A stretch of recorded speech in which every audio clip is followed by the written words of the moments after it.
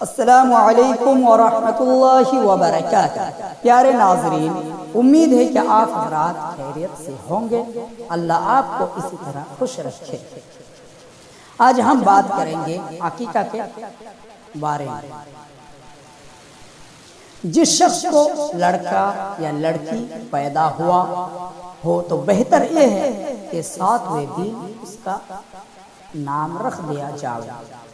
اور عقیقہ کا طریقہ یہ ہے کہ اگر لڑکا ہے تو 2 بکرا یا 2 بکری، اگر لڑکی ہے تو 1 بکرا یا 1 بکری ذبح کر دے۔ یا قربانی کے جانور گائے، بیل، بھینس، اونٹ، اونٹنی، مینڈھا، مینڈھی، لڑکے کی طرف سے 2 حصے اور لڑکی کی طرف سے 1 حصہ لے لیں، اور سر کے بال منڈا کر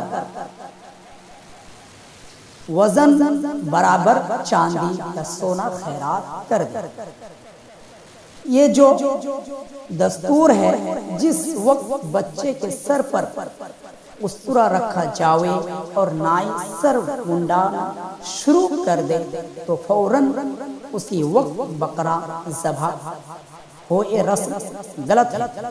چاہے سر منڈانے کے بعد بکرا ذبح کرے یا بکری ذبح کرے، بعد ذبح کرنے کے بعد سر منڈانے کا دونوں طریقہ ہے۔ جس جانور کے قربانی جائز ہے، یعنی قربانی کے جانور کی جو شرائط ہے وہی عقیقہ کے جانور کی شرط ہے، اور جس جانور کی قربانی جائز نہیں اس جانور کا عقیقہ بھی جائز نہیں ہوگا۔ فرق صرف اتنا ہے، قربانی کے جانور قربانی کا دن مقرر ہے اور عقیقہ کا دن مقرر نہیں ہے۔ عقیقہ کا گوشت چاہے کچا ہو کر تقسیم کر دے، چاہے پکا کر کھلا دے، سب درست ہے۔ عقیقہ کا گوشت ماں، باپ، دادا، دادی، نانا، نانی وغیرہ سبھی کو کھانا جائز ہوگا۔